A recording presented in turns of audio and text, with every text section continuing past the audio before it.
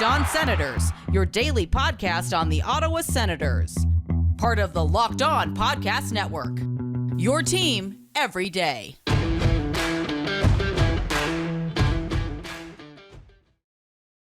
Welcome inside episode 437 of the Locked On Senators podcast. I'm Ross Levitt, and on the outskirts of enemy territory in Winnipeg, Manitoba, alongside Brandon Pillar up in the Blue Mountains following an Ottawa Senators loss. But they got to play their first game in 8 days. However, in Denver, the Colorado Avalanche leave with a 7-5 victory. Entertaining, yes, but costly. Fixable errors were the difference. We'll get into a full recap of another high-scoring game that went against the Senators. All that and more. This is the Locked On Senators podcast, your team every day.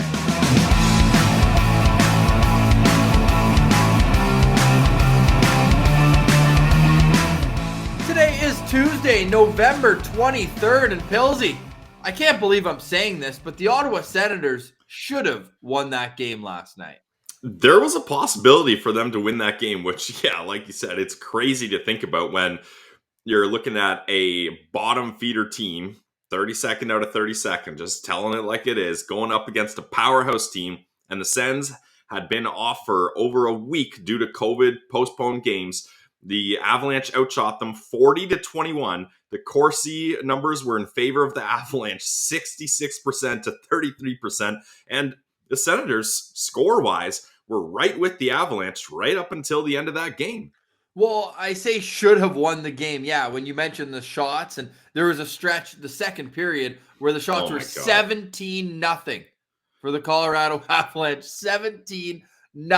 They end up finishing that period, I believe it was 21-4, if I'm not mistaken, but 19-4. So don't give them more credit than they need. Trust me, they do not need it. But when you have two separate third period leads, you have to be able to hang on. And we talked about it yesterday. Gas was going to be an issue. High altitude, off for 8 days, and it didn't get any easier, as we'll kind of go through this chronologically now, where Josh Brown, and say what you want about him, and we'll get into his play on the first goal, but he only ends up playing 2 minutes and 30 seconds in this game due to injury. Just how crucial is it to keep six defensemen when you're already shorthanded and in high altitude, as we discussed? Like going down to 5D for the whole game, that's got to be, just the worst possible outcome for the first 5 minutes of the game.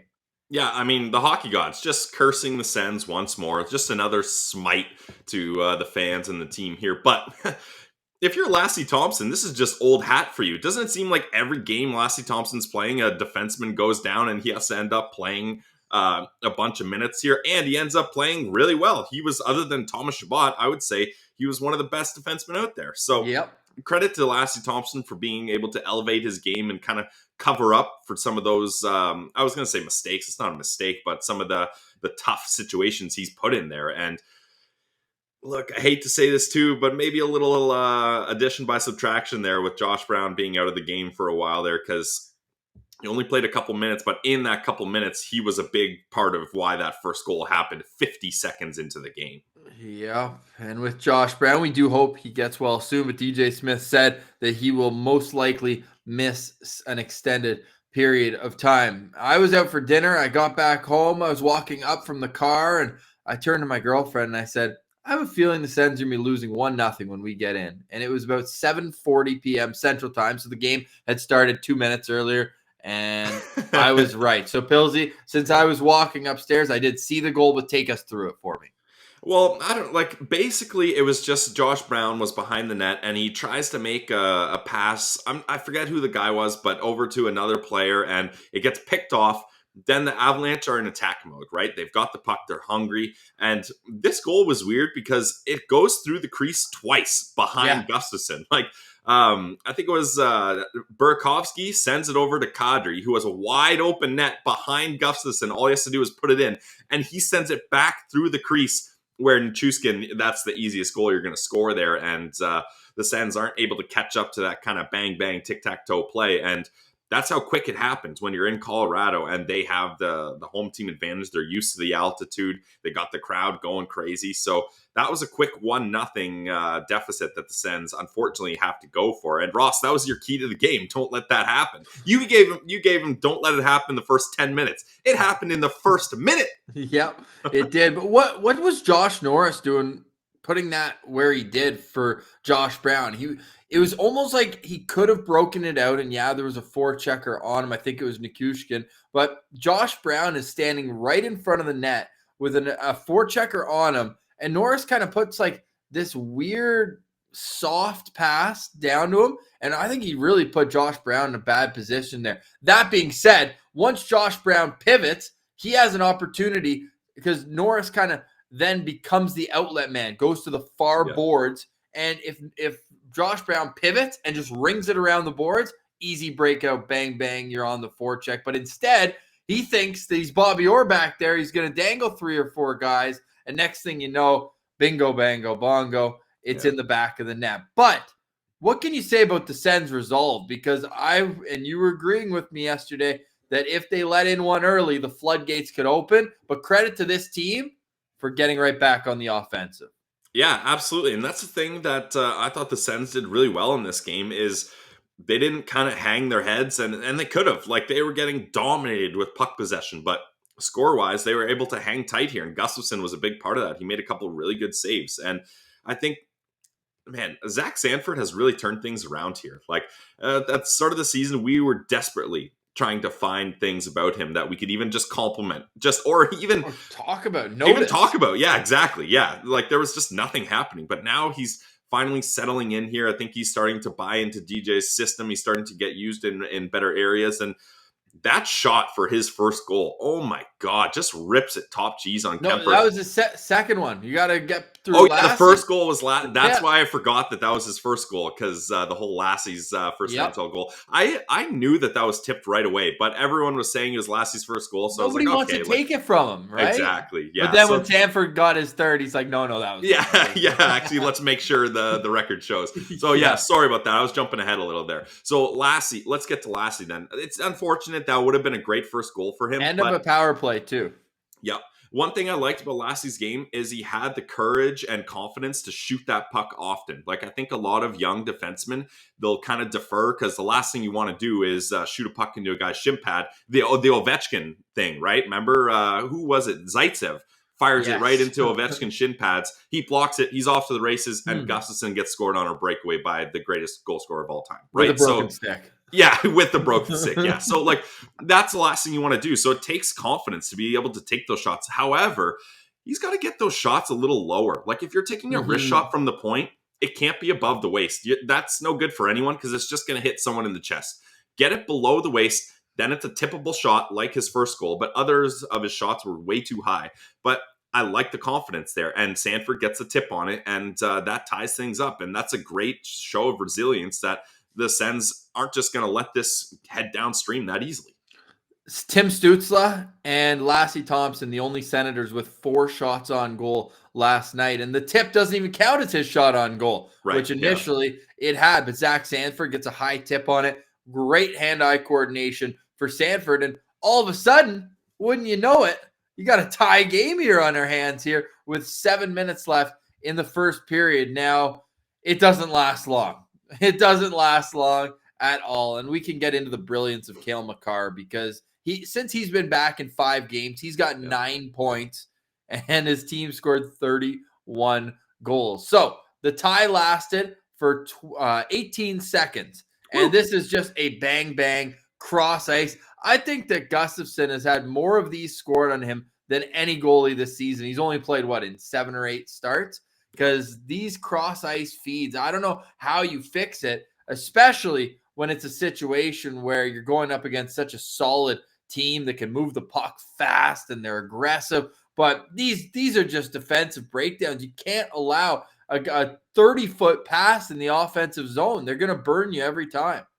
Yeah, well, here's the thing. Like, the Ottawa Senators, they have a tough time containing elite forwards as it is, right? Which the Colorado Avalanche have a handful of them. Toss in a couple elite defensemen that are able to join the rush, and they're just overwhelmed, right? And that's what happened there. Well, dude, like, don't you think it's a little much to ask Logan Shaw to be going out there in a board battle against Gabriel Landeskog? Like, we'll get to what happened in the third period with Logan Shaw, but at some point when you're putting AHL players in your lineup, eventually it's going to be picked apart, and that was just an obvious attempt. Logan Shaw was on him for like 5 seconds, and Landeskog, he didn't even lose control of the puck for a millisecond of that time. He's just going back and forth, and he's like, oh, no, I'll beat him down low. Oh, there's McCarr. Nobody's covering him back door. Bing, and then back up on the board. It was an unfortunate goal, but it's one where you really see why the Colorado Avalanche are such an elite team. Like, Formanton's got to stay up on McCarr there, but Logan Shaw, if he wins that board battle, it's a moot point anyways. Well, and he's just not expecting McCarr to sneak in from all the way from the blue line, all the way down to be able to tap that in back door. But you got to check the game notes, bud, right? Like, if Cale McCarr's there, you got to be thinking like, hey, this is a guy that can do that, and I need to be aware of him. I can't be puck watching here. So Formanton's my guy, but I really didn't like his performance there. And maybe, he's coming back from COVID. That's a guy who relies on his speed and his ability to, like burst explosiveness that's the word I'm looking for. So that definitely will have an effect there. So I'm going to give him a little bit of time to catch up here. But yeah, I didn't love his game. Well, unlike the board battle that Logan Shaw lost there, at the end of the period, Brady Tkachuk wins a board battle, and he throws one on net. Puck's on net. You love that, especially down a goal in the final minute. And it gets a fortuitous bounce right to Zub Nation. Artem Zub. How about that shot upstairs in a beauty? Whew, yeah, we'll get to Sanford's shot that I mistakenly referenced earlier, but Zub's shot might have been better like that. And the confidence to just be like, all right, I'm going to walk fully into that. And there was 2 players, a Colorado Avalanche player, and I think it was either Norris or Tkachuk, that were literally standing right in that corner. And he's Norris. And no regard for either of those guys' safety and just blasts it home. Like, what a shot. So this is a time where you don't mind it going above the waist, Pillsy. If you're putting it in that top corner of the net, go right ahead. Well, if you're going to blast it. Like, there's no, if he misses that shot 2 feet high above the net, I don't care either. If you're going for power and strength, go for it. But if you're going for precision and trying to get tips on it, then that's not the play, right? Sorry, it was actually Ennis who was standing right next to it, so he wouldn't have had to miss too high.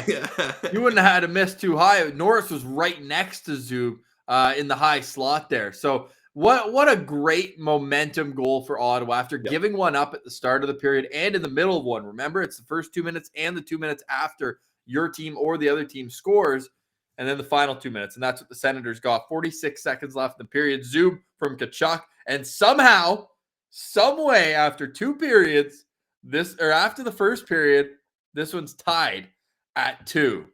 It stayed that way throughout the first 13:44 of the second period. How did they keep this tied with the shot clock just only going in one direction? We'll get into the second and third period. Talk about how Philip Gustafson wore 2 different helmets in the game. Huh?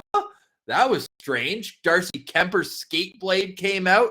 Should that be an automatic whistle? I'll ask Pillsy about all that, and we'll get into a whole lot more. But first, a word from our friends at BetOnline. BetOnline is the #1 sportsbook of the Locked On Podcast Network, and for good reason, too, because it's the one place that has you covered, the only place that you can trust when it comes to online sports wagering. Pillsy, if people are putting in the promo code Locked On and getting that 50% welcome bonus, where would you put that in a parlay of your day?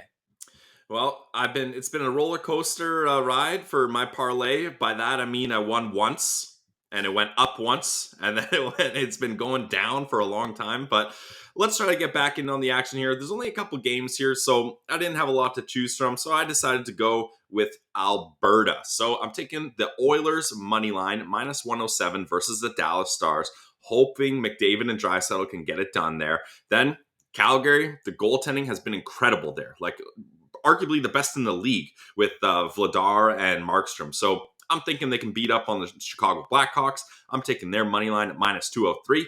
Oilers money line, Flames money line. Alberta wins. Let's go. Put $10 in. You're going to win $18.88. And that is Pillsy's parlay of the day.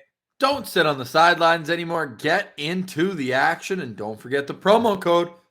Promo code Locked On to receive a 50% welcome bonus on your first deposit. It's BetOnline, your online sportsbook experts.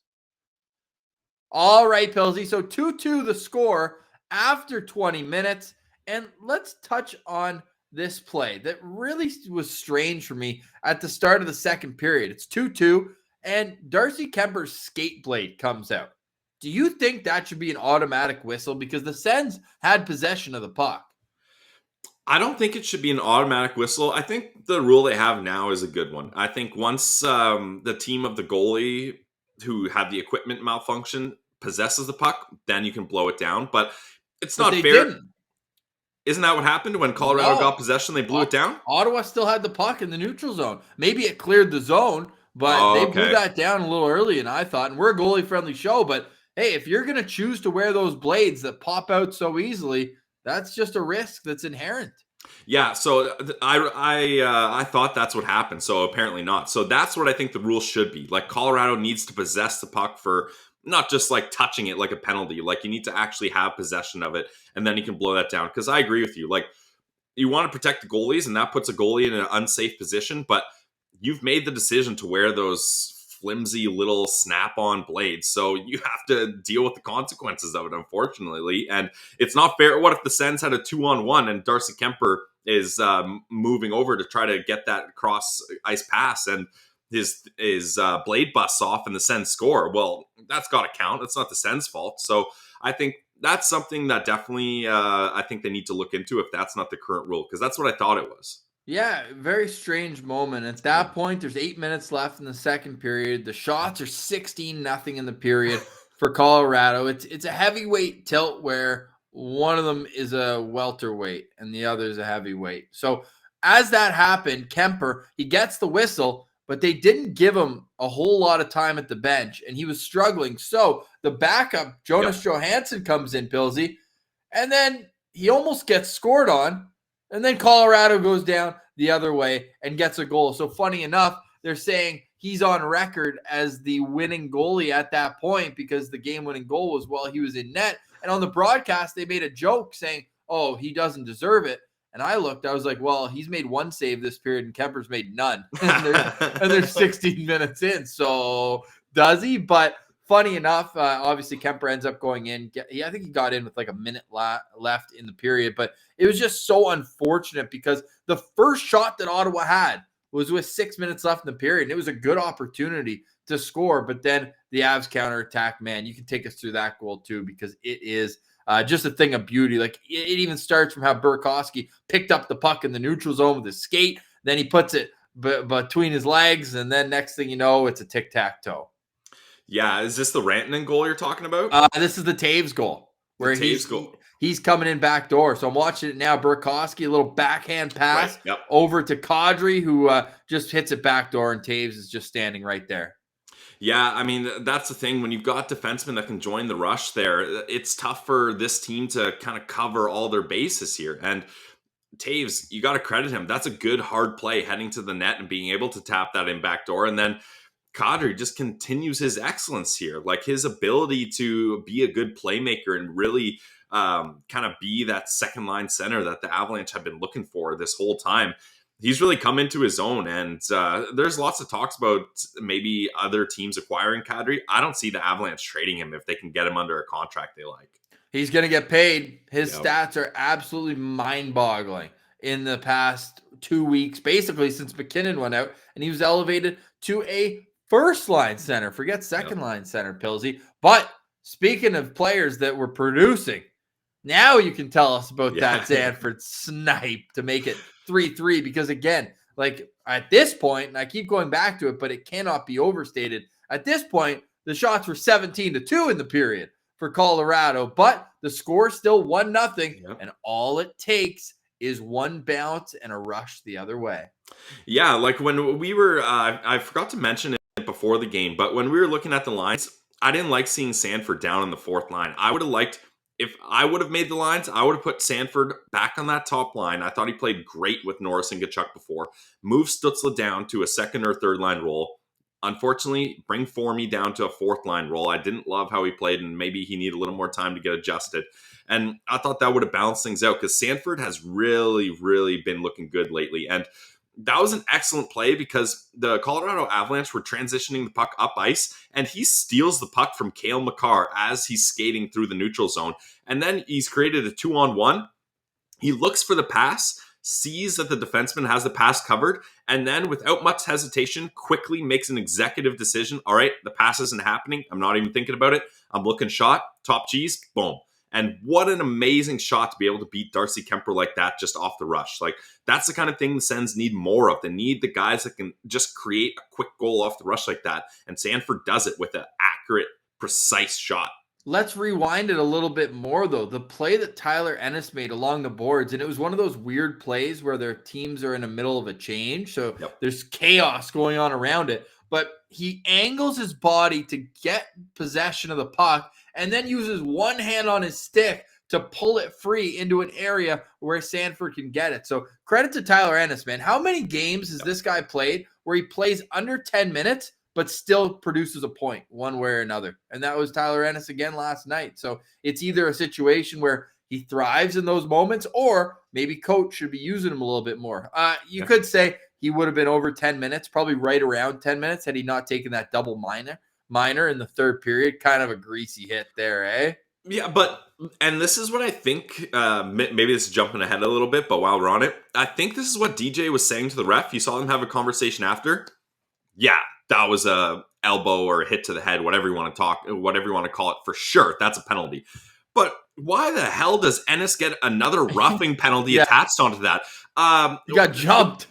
He got jumped, and literally he's just trying to hold his hands up defending himself, and he gets tossed down WWE style to the ice. Like, that is such crap that he gets a roughing penalty there. Like, I hated that call. Yeah, that is absolutely brutal and tough to see, too, because he was just kind of looking at O'Connor like, oops, my bad. Yeah. But next thing you know, I mean, if I'm the guy who got that elbow, I probably would have been pretty upset as well. I wouldn't be upset if I'm a Sens fan, though, going into the third period of this game, tied 3-3, right? You're thinking, wow, hang on. Just hang on. Operation keep it close. And that operation turned into, let's take a lead here early on in the third period. 30 seconds left in the power play that started at the end of the second period. So it's just as classic of a Josh Norris goal as you're going to get. Knee down, rebound, and it's in the back of the net.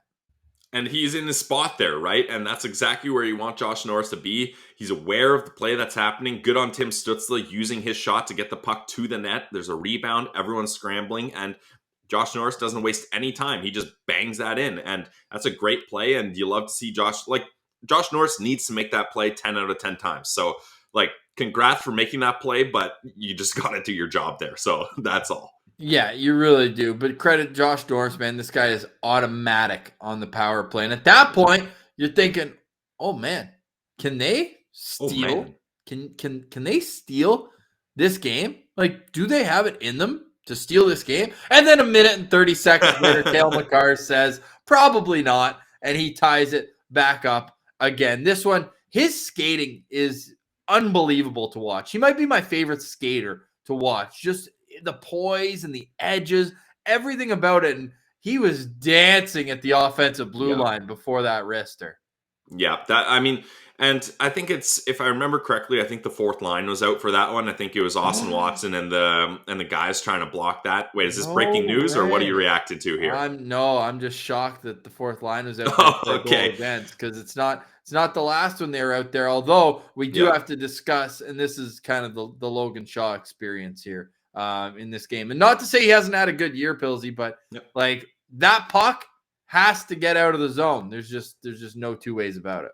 Yeah, and that's the thing. You can chalk this loss up really to just a few defensive breakdowns. Other than that, they were able to contain the Avalanche to a point where they're still in the game score-wise. So if those breakdowns don't happen, you're looking at a different game here. So that was tough, but also this one wasn't the play where he has to get it out. Actually, as I rewatch it now, it's not great by him. That's his man at the top of the blue line. And Watson, like that's tough on Watson too. Watson's lost there, if I'm remembering the correct goal. He gives so much space to Cale Makar. You just simply cannot. So apologies, Logan, but we'll get to you. It's tough to keep these goals in order, eh? I'm all jumbled as well. Yeah, I've got the condensed game going, and while we're talking about a goal, I'm pulling it up and watching it in real time. So, nice. Man, when there's this many goals, especially like this is the same coverage of the team that lost 2-0 last week, 4-0 last week. 13 goals. We got to keep this in line. And Pilsy, how many times Laleem's Martian, obviously great friend of the show, he pulled this out on Twitter. Like, how many times does a team score 5 goals in a game and get a hat trick from a player and still lose? And Ottawa's done that twice in 16 games right now. But at this point in the game, you're just like, okay, Cale, you're going to get your goals. It's still tied. It's still 4-4. And Ottawa still has a chance here. Yeah. I mean, they still had a chance there. So that's after the Cale Makar goal. Now, this Sanford goal, I'm very excited to talk about because it's an interesting one here. Funniest goal of the year. Because I applaud this goal and I'm enraged by it at the same time. Because this is a hockey IQ play where the precision we talked about Sanford's shot earlier comes into play once again. So it's behind the net. Sanford is deciding, do I go to the left side of the net, to the right side? Let's see if I can get Kemper moving here. He gets Kemper moving. Kemper falls over, is completely on his back. Basically, I said beached whale a couple episodes ago. Not a beached whale here, but like a turtle flipped over on its shell, right? Like you're just stuck there, and there's not much you can do here, right? So he's a turtle flipped on his shell, and Sanford notices him down, and instead of trying to make a wraparound or trying to pass that puck out to the slot, he says, hey, why don't I just bank it off his head and in? And that's what he does. He takes a split second, calibrates, focuses on his head, boom, hits it, knocks it off the head and in. And when I saw that, I was like, that's 100% the right play. That's what you got to do. Great goal, Sanford. And then the goalie in me was like, you prick. Like, I'm down and out. I'm trying to get back into position here. And you fire a wrist shot, and you have to fire it pretty hard to get that accuracy and the bounce you want. So, like, that would ring your ears a little if that hits you in the dome. And then on top of that embarrassment of getting it hit off the head, it goes in, and you're sitting there still on your shell like a turtle. So that's a tough one for Kemper, but applaud to Zach Sanford for making the play. And applaud to Zach Sanford for getting his second career hat trick. It only took knowing it. It only took the broadcast an hour and a half to figure it out too. All right, separated at birth. If you're watching on YouTube, Darcy Kemper on the 5-4 goal, and Pilsey's upset. That's what it's like. You're stuck. Like, what are you gonna do there? That is too funny. I thought it was the right play and a great heads up play. Pardon the pun, by Zach Sanford. Because if you're Darcy Kemper, that's on you, buddy. You got your fresh skate blades in there. Stay on your feet. No need to be sitting on your behind in the crease when the puck's behind the net. As all goalie coaches will tell you, you can't score from there. Well, unless you make it easy to bank it off of you. As we got some good snooker players around the NHL, and that was just he did not take anything off his shot. I promise you that too. He put absolutely everything on that one. Hey, like, that would have hurt. That would have hurt. Sanford's feeling it, and you got to appreciate that about him. I've really liked his game. So at that point, Ottawa's up 5-4 with 15 minutes left in the game. 15 minutes left. Oh, one thing, and we got to hit a quick ad here, and then we'll get into the finale of it. We also have to touch on a Sens abroad who had a great accomplishment, and we'll touch on what's next for the Ottawa Senators. But did you notice that Gus wore 2 different helmets in last night's game? I wonder what that was all about. I'm going to be completely honest. I'm not very observant that way. I did not notice until the fan on Twitter pointed it out, but that is that's a very interesting move, and I would love to hear why that happened. Yeah, so would I. Anyways, just of note, and shout out to @JWJTaylor18 for pointing that out and tagging us. Of course, we're a goalie-friendly show. We're always going to hit on when the tendies do something weird. Tendies aren't weird, but sometimes maybe they do the weird thing or two. You know what isn't weird is checking out BuiltBar.com, especially when you're doing your workout routine. I'm trying to lose a few lbs, and the way I'm going about it is exercise and Built Bar, the most dominant duo. It's like Hossa and Radek Bonk in their prime. Exercise can be Hossa, and then you got to bulk up like a nice power forward right in the middle, and that's with Built Bar. So go to BuiltBar.com right now and see all the great products available to you. And because you're a listener of the Locked On Senators podcast, you are entitled to a 15% off your next order. Just use promo code LOCKED15. I recommend getting the mixed box because there are so many great flavors of the best protein bar on the market. Go see for yourself right now. BuiltBar.com. Promo code LOCK15 for 15% off your next order. It's Built Bar, the protein bar that tastes like a candy bar. All right, Pillsy, getting right back into it, and I paused there dramatically because the Sens were up 5-4 with 5 minutes left. How did they let this one slip away?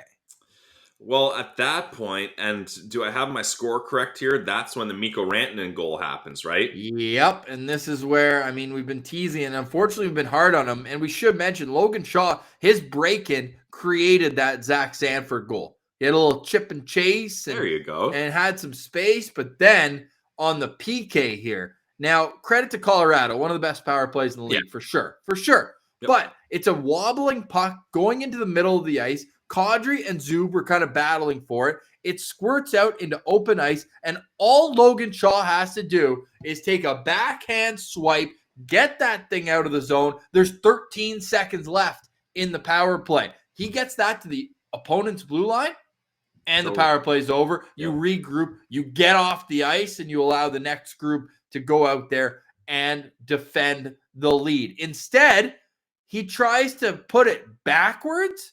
He tries to put it towards his own goalie, and it goes off a skate into neutral or into the middle of the ice. And then Rantanen and Burakovsky just go give and go, and Rantanen's going to score that 10 out of 10 times. Yeah, you're not going to stop Rantanen in that position, especially on the power play. And I feel like if we were quicker on that, that's the perfect verbal meme time for the LeBron James, like, that way. Like, what are you doing? Yeah, like, 100%. That's exactly what that is. And similar situation, intense game, and you're going the wrong way there. But oh my God, he just takes a swing and a miss at it. It's you can't do that. And those are the things I was talking about, right? Like, you need to simplify your game. Like, in no point in your mind should you be like, we have the skill and talent that on a PK up against the best arguably one of the best power plays in the league, let's try to send it backwards here, corral the puck, and then clear it. No.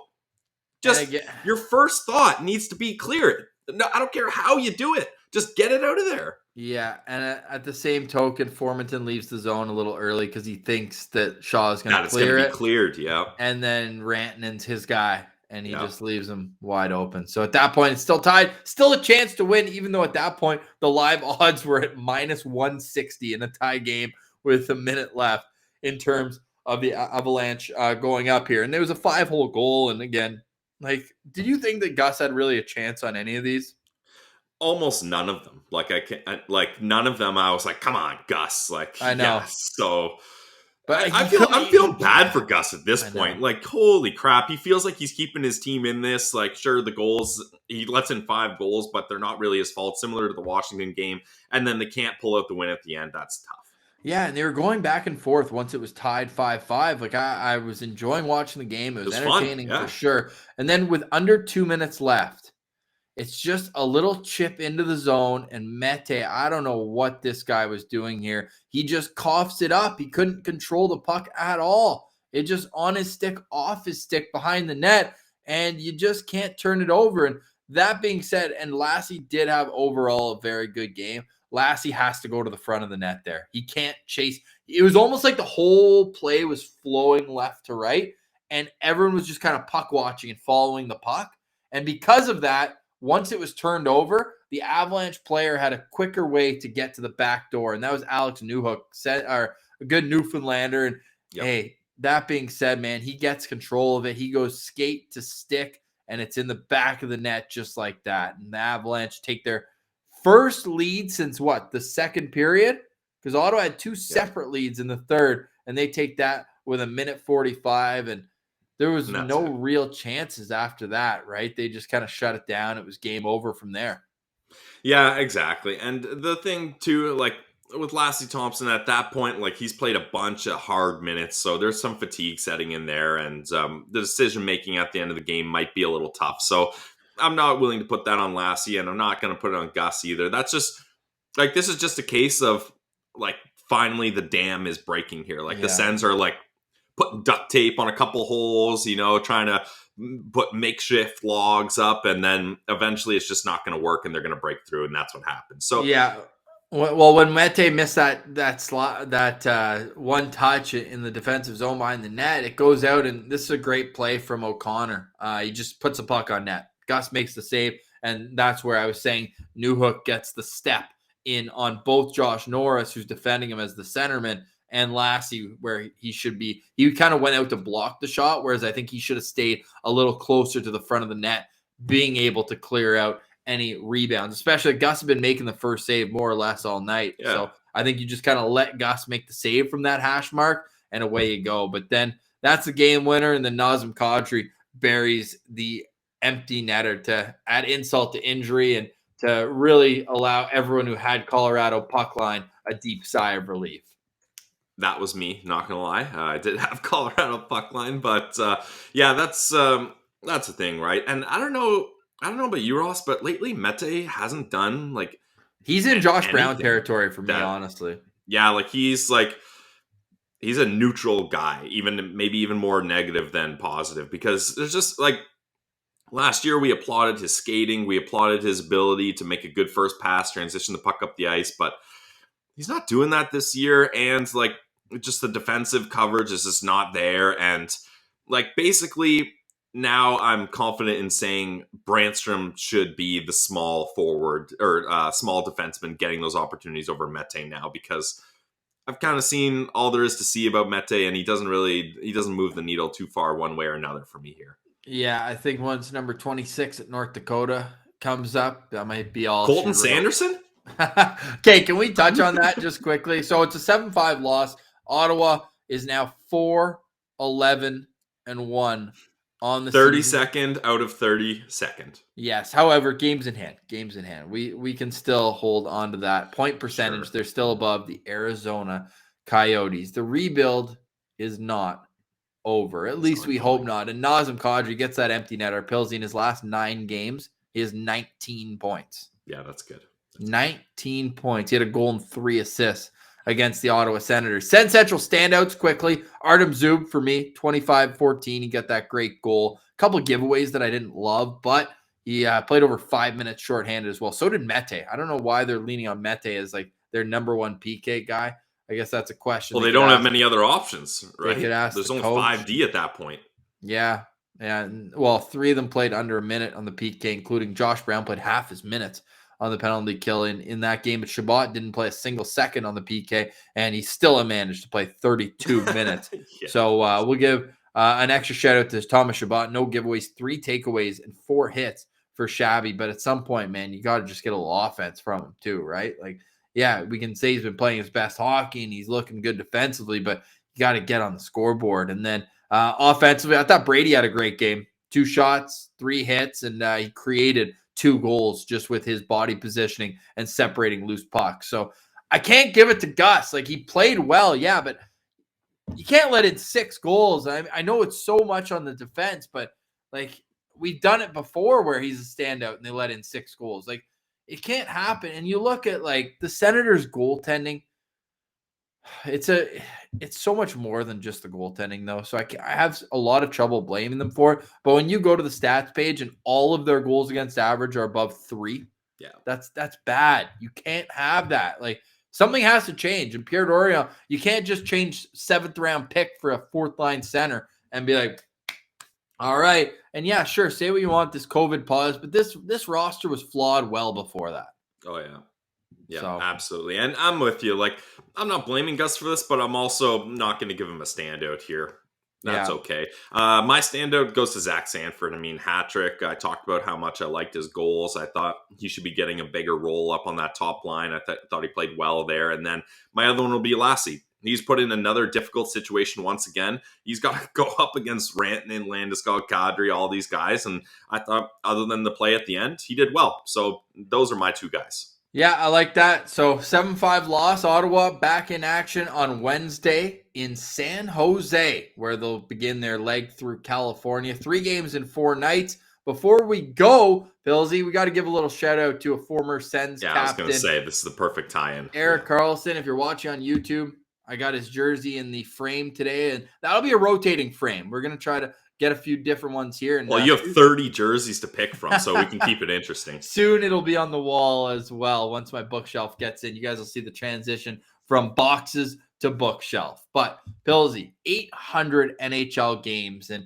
he's done it the hard way, but the right way as well. Like, this guy has just been a consummate professional, and it's too bad he's no longer in Ottawa, but we do have to recognize when you have a milestone like that, just like we did with Boro as well. Yeah, absolutely. Shout out Carlson, 800 games, and it's great. We're going to see him next game up against the San Jose Sharks.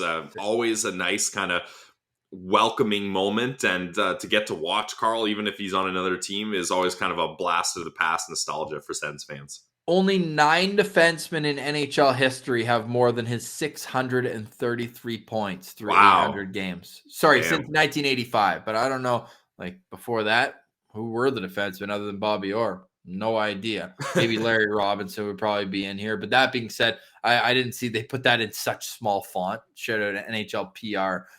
Really bending this stat a little bit. It's still super impressive. The names in front of him: Paul Coffey, Ray Bourque, Al McInnes, Phil Housley, Brian Leach, Gary Suter, Mark Howe, Doug Wilson, and Larry Murphy. So that's a pretty elite company for EK65. So we'll leave you with that tonight, and it's a perfect segue into tomorrow's show when we're going to look at the San Jose Sharks, the Ottawa Senators, maybe go into their history a little bit, as we already dissected the trade that was, so we won't get deep into that again. But what can Ottawa do here to get back on the right step? I'm going to ask Pillsy that tomorrow, but for today we say goodbye. Reminder, you can follow the show on YouTube. Subscribe there. Please give it a little thumbs up. It does go a long way. You can follow us on Twitter at Sen Central, LockedOn.Senators on Instagram. Our personal handles are right there. It's our first name, last name, and Pillsy's got the number 1 there. Classic Tendy stuff. But for Brandon Pillar, I'm Ross Levitan. This has been the Locked On Senators podcast, your team every day.